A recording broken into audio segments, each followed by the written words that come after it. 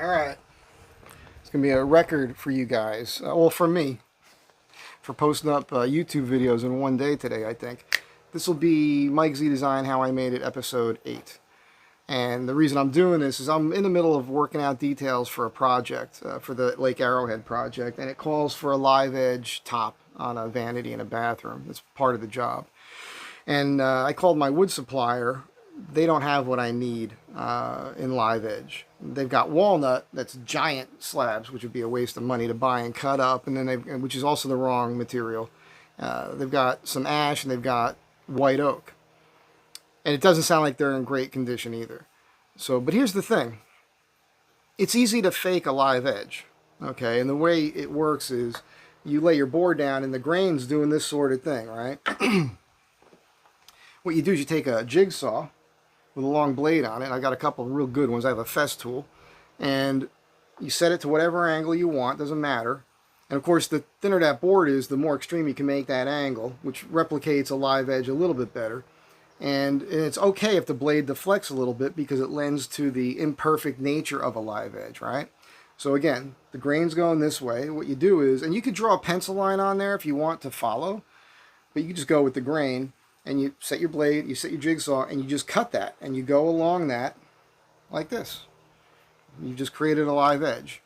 You'll sand that out, massage it quite a bit, make it imperfect on purpose in a few spots, massage that a little, and it looks like any other live edge that you've sanded nice. If you want bark on the live edge, if you want, once in a while you'll get like something that looks like a little branch that was poking out, that was behind the bark, and the bark falls off and you leave that. You won't have that.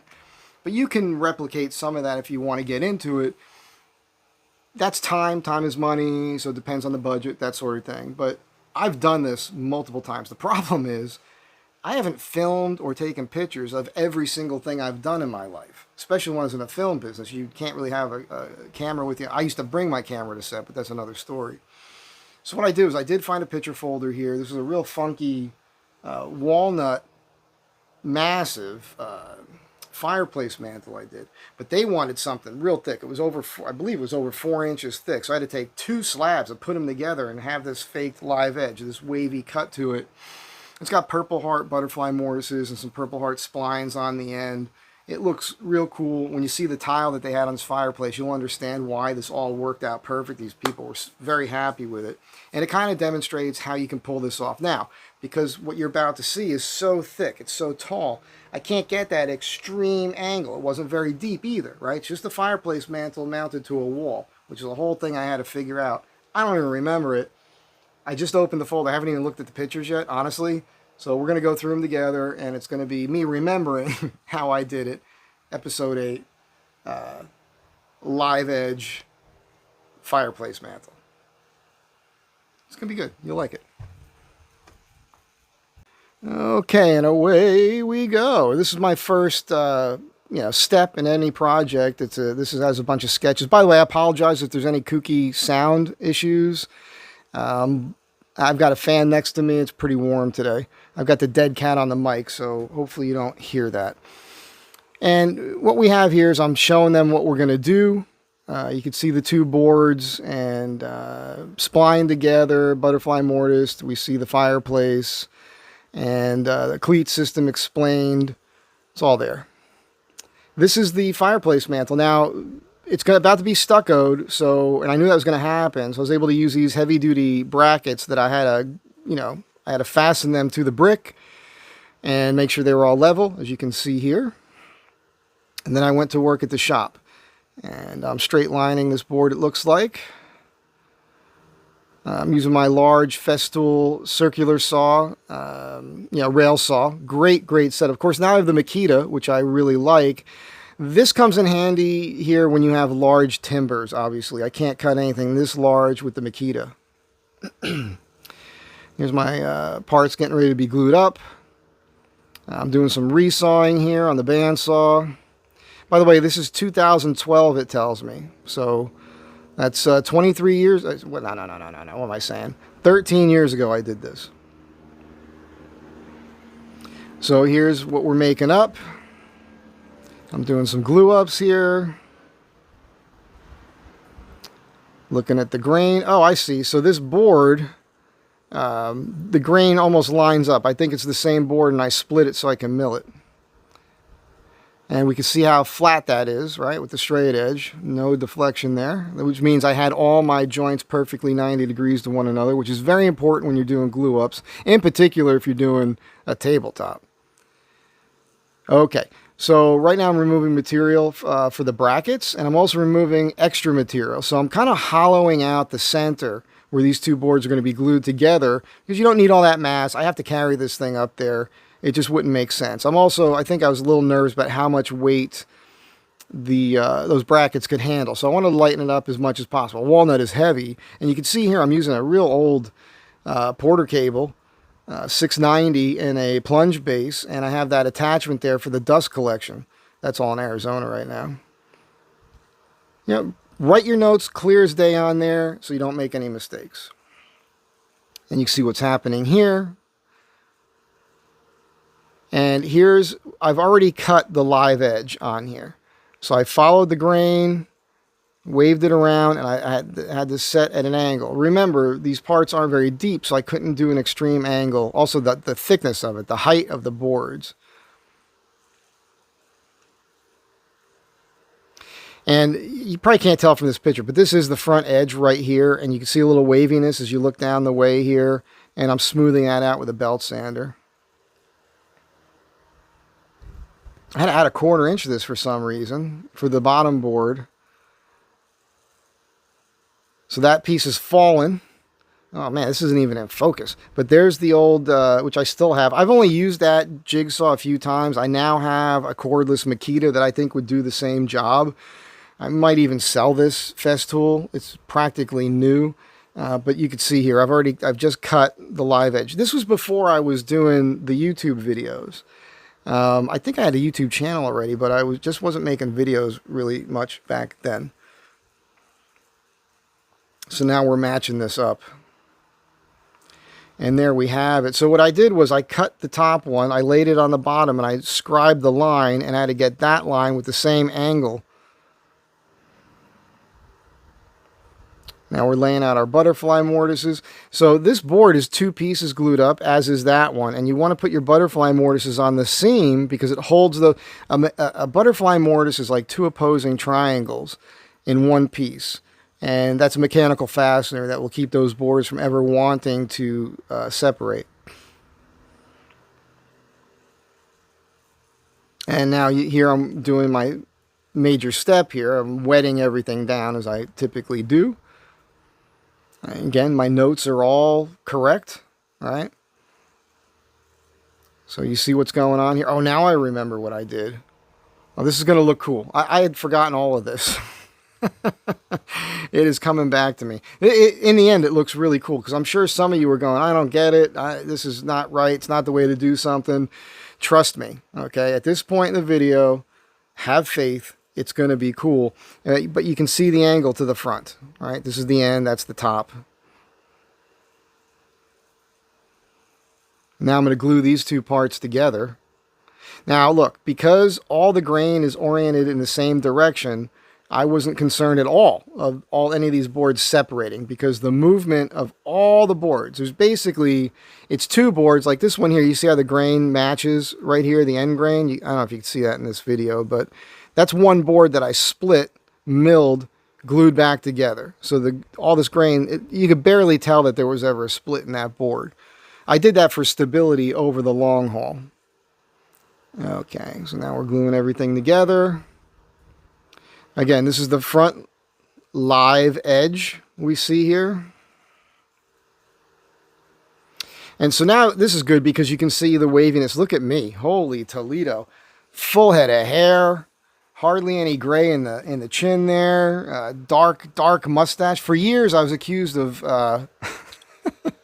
dyeing my mustache. I've never dyed any part of any hair on my body. So yeah, cool shot, man. That's me as 13 years. That's crazy. 13 years of age. But what I'm doing here now is I'm using a spoke shave, and I'm smoothing this edge out, and I'm dressing them both together. But you can see the waviness that I've created here of a live edge. Pretty decent shot of it there.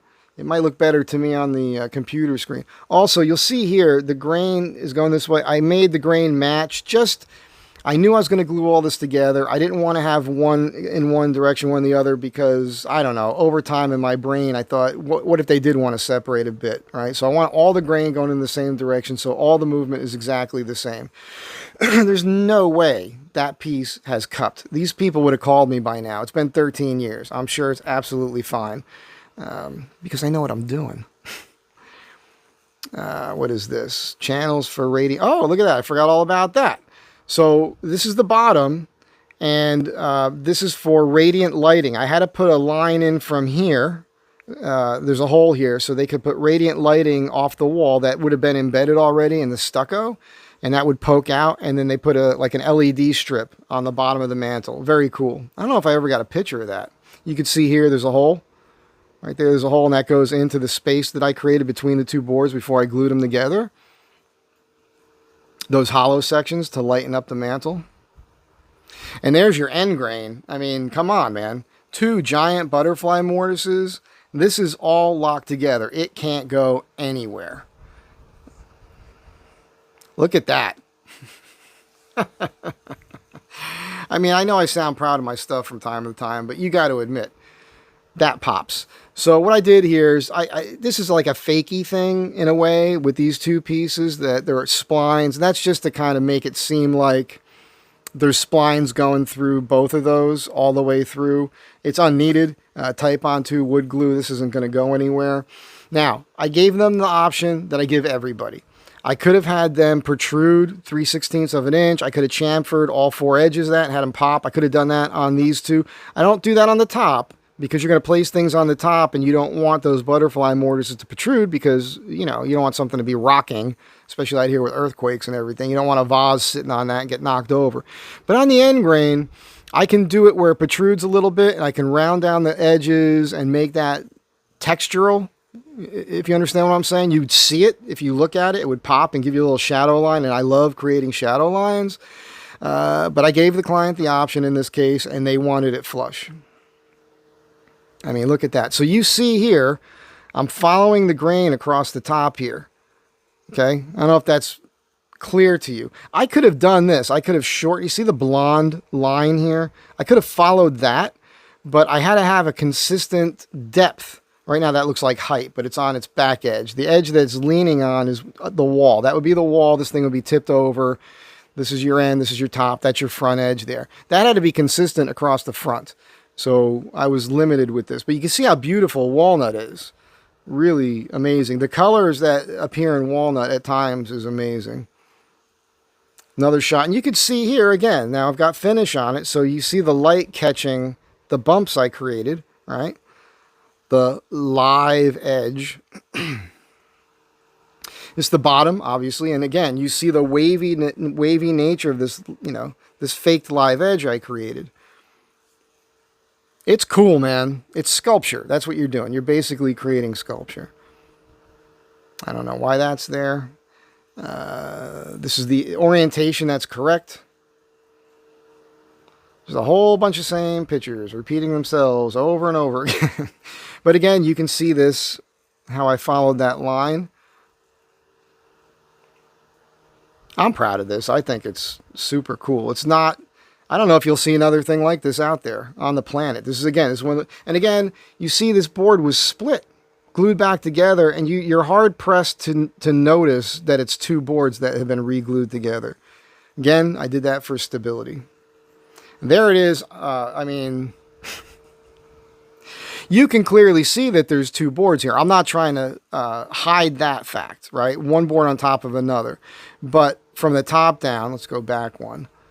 Very difficult to see that that's 2. It's 1 board that's been split and glued back together. Okay? And you can see the funky tile they went with. Real cool couple. I love it. I think that this is, they were, you know, flabbergasted and ecstatic over this project. They're very, very, very pleased. They couldn't be happier. And I got notes from them for a couple of years after I mounted this to remind me of how happy they were and how the front door when you walk in is right there to the left. So when you walk in, the first thing you see is this fireplace with this mantle. And the first thing you see is the end of it, the edge of it with those tall Purple Heart butterfly mortises that you see right here from the right side. But again, the left side is where the front door is. That's it. That's the view you kind of see a little bit more of a distance, obviously, when you first walk into the joint. But you walk up to that, and again, we see the waviness of the live edge. Keep in mind, I'm going to be sending this to Greg and Janine. If you guys are watching this, yours would have a more drastic edge to it. And I'd prefer this up angle. I'll sketch it. I'll sketch what I'm going to do for you guys and for everybody else watching. You'll see those sketches as well for this upcoming project. Trying to show off how the light catches it's kind of like a ribbon, you know, it's like a wavy ribbon in the wind. Look at that. Look at that. Anybody who does something like this should be proud of it. I don't think I ever got a picture from them of it lit. That's it. So I hope you guys enjoyed this. All right, there you have it. Pretty cool, huh? That's pure art right there. Totally unique, not another one like it on the planet. That's my specialty. Although, look, over the years, I've had to duplicate exact things. I've done Stickley pieces, I've done Roycroft pieces, I've done quite a few Charles Rolfs pieces. I've had to come into homes and do built-ins where I'm replicating details that are exactly correct, where they match the other stuff that's there. Yeah, so I've been doing this for 38 years at this point, so I can do just about anything. But my favorite thing to do is unique art pieces. What I'm really good at is, I love dining room tables. I've been bringing that up a lot lately in videos in the last few days, so some people are probably tired of hearing it, but keep in mind this is YouTube, so you might be watching this video 10 years from now. I might not even be alive right now as you watch this video. It was crazy looking at the picture folder. It's a picture of me in there from 13 years ago, which is kind of mind-blowing, when I had a full head of hair and a black mustache. It's crazy. Never was black. It just looks that way in the pictures. But anyhow, you hear what I'm saying. My favorite thing is to come into your home. I like doing real cool custom built-ins, which is fun. And I love the craftsman style and all that. I love exposed joinery and all that. But again, dining room tables is one of my favorite things to do, and I love doing trestle tables, but I could do all kinds of details. And I bring this up because, you know, a lot of people have taste and they're eclectic, and they've been collecting all these different pieces over the years, different types of art, and sometimes that stuff doesn't necessarily match the architectural integrity or trim and whatnot of the home that they're living in. And I can come in and build you a coffee table, or a dining room table, or a large piece, something that's central to the room, where I take details from some of your favorite pieces and I can pepper them into this piece, and then it ties everything together. And it makes it look like your whole life was planned. To me, that's what's cool. That's cool. There's a lot of guys out there that make you custom tables and art pieces, totally unique like I do. But not a lot of them are going to your home. I mean, you have to like that. You have to be cool with me coming into your home and talking to you, getting to know you, and looking what's going on and taking some pictures and whatnot, because that's what I do. I just take it to another level. And so, yeah, and people know about me now. I've been doing it a long time, and these people found me through somebody else I did a job for, and that's how it works. I just wanted to throw that out there in this video. But there you have it. Again, you know, faking a live edge, there's nothing wrong with it. When it's done, you can't really tell. And for the project I'm going to do, what I'll likely do is, if I have a 2-inch top, I'm gonna have a reveal of 1/2 to 3/4 of an inch, and then have the angle, and then kind of round that over a little bit. That's what I'm planning. I don't want a sharp edge there. And Greg, Janine, if you're watching this, I prefer the live edge to come up from the bottom. Which means you don't see it as much. If you want it this way, you let me know, but it always looks better with an uplift. And if I make the front edge a little thicker, then it looks like it's a thin thing floating off the top even more so. So just for the rest of you that are watching this, it's going to be a vanity that floats on the wall. with the top. That'll look like it's floating off the vanity itself. It's going to be cool. So that's it. Hope you enjoyed this. Be kind to one another. Be good. I'll catch you all in the next one.